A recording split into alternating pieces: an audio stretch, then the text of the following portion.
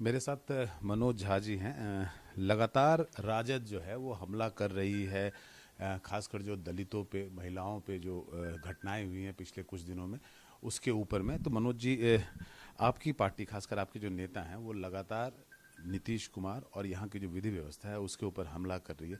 तो क्या इतनी स्थिति खराब हो गई है? नहीं, देखिए, मैं समझता हूँ इसके लिए आप मुझसे पूछेंगे तो आपको लगेगा कि एक दल के सांसद या प्रवक्ता बोल रहे हैं। लेकिन अगर आप बिहार के किसी भी जगह में, किसी भी जिले में जाएं, लोग जब तक बच्चे घर के वापस बिटिया आ नहीं जाती है, लोग भगवान भगवान करते रहते हैं। अभी बीते दिनों अगर मतलब एक घटनाक्रम आप देख लें, मुजफ्फरपुर देख लें, आरा देख लें, कहाँ एक पैटर्न सा दिखता है। जब ये पैटर्न के रूप में उभरने लगता है ना, तो डर और खौफ समाज का, जिसको कहते हैं, हिस्सा सा बन जाता है। नेता प्रतिपक्ष तेजस्वी जी सिर्फ हमला नहीं कर रहे हैं, आईना दिखा रहे हैं। और आईना इतनी अच्छी चीज है कि आपको भूल सुधार का भी मौका लगता है। और लगातार एक बात तो जो वो बार बार कहते हैं और हम लोगों का भी मानना है, चिंता इस बात की है कि क्या नीतीश जी को सारी जानकारी मिल रही है कि बिहार की लॉ एंड ऑर्डर की स्थिति क्या है।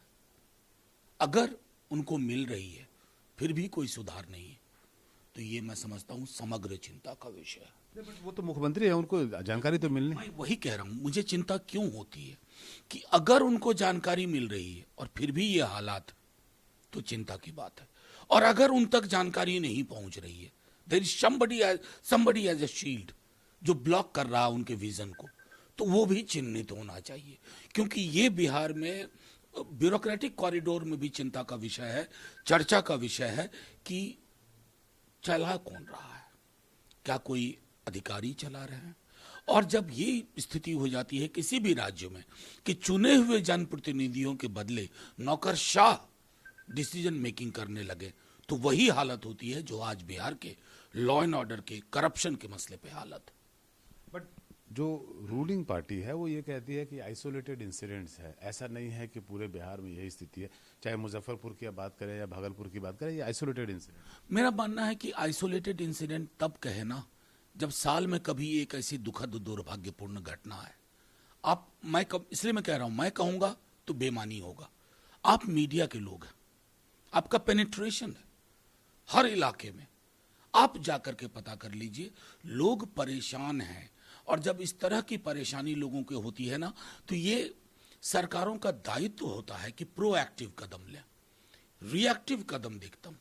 अगर नेता प्रतिपक्ष और अन्य दलों के लोग ने ये आवाज ना उठाई होती, तो मुजफ्फरपुर मामले में इतना भी बोल पाते सत्ता पक्ष के लोग।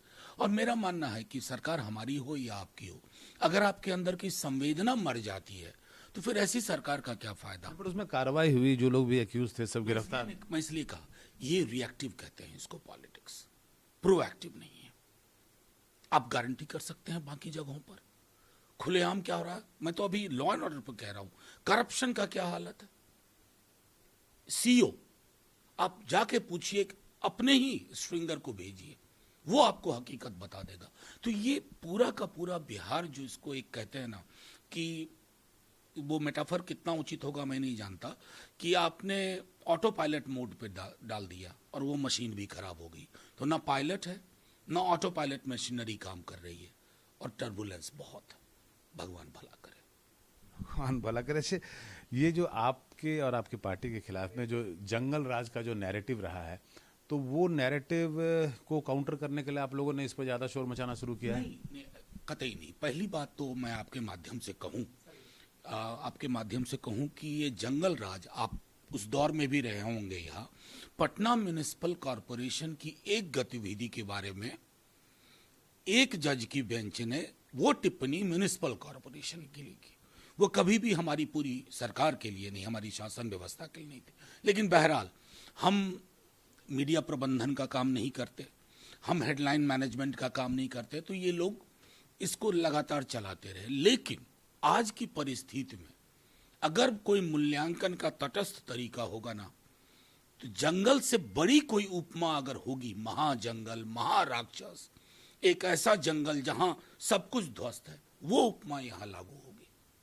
जंगल राज नहीं, राक्षस राज की आप बात कर रहे हैं। अंतिम सवाल आपसे मनोज जी, तो चुनाव जब जाएंगे, जबकि चुनाव एकदम हमारे नज़दीक है, तो क्या राजद के लिए या इंडिया अलायंस के लिए ये एक मुद्दा होगा? जैसे आपके खिलाफ में जंगल राज मुद्दा होता है, वैसे ये लॉलेसनेस, दलितों पे अत्याचार, ये भी मुद्दा होगा? देखिए, पहली बात तो ये समझ लीजिए कि ये लोग जिस प्रकार से 20 बरस पूर्व जा करके, एक तो मैं अभी भी कहता हूँ आप ही का चैनल अगर कोई कॉन्क्लेव करे ना, तो उस समय का भी एनसीआरबी का डेटा और आज का भी एनसीआरबी का डेटा रख ले।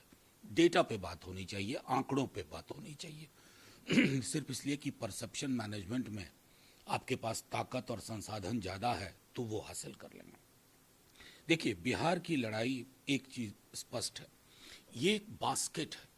तेजस्वी यादव जो महागठबंधन संयोजन समिति के भी अध्यक्ष हैं, वो उन्होंने एक लंबी लकीर खींची है, और वो है नौकरी को लेकर के, सामाजिक सुरक्षा के दायरे को बढ़ने के लिए, महिलाओं को रिलीफ देने के लिए।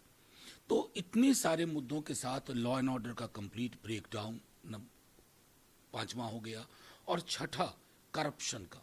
करप्शन के लिए तो ऐसी चीज नो नॉनसेंस वाली लाने की सोच रहे हैं वो, जिसमें एक नंबर पे आप कॉल करिए साक्ष्य के साथ, फौरी तौर पर निर्णय होगा। बहरहाल इम्पॉर्टेंट ये है कि उन्होंने जो बार का, मैं उसी को दोहराता हूं कि उनका झगड़ा, उनका संघर्ष किसी दल से नहीं है, ना बीजेपी से, ना जेडीयू से, ना नए नवेलों से। संघर्ष है पलायन पे हम विराम लगा पाए, रोजगार घर घर की बात हो, नौकरी घर घर की बात हो, जैसा 17 महीने में हुआ था, मान सम्मान महिलाओं का बढ़े और सामाजिक सुरक्षा का दायरा बढ़े। बिहार और गुजरात कभी कभी ध्यान में रखता हूं तो लगता है कि अगर गुजरात का दशांश भी हमें मिला होता तो फर्क पड़ता, दशांश भी हमें नहीं मिला। चलिए, बहुत बहुत धन्यवाद मनोज जी, हमसे बात करने के लिए। धन्यवाद।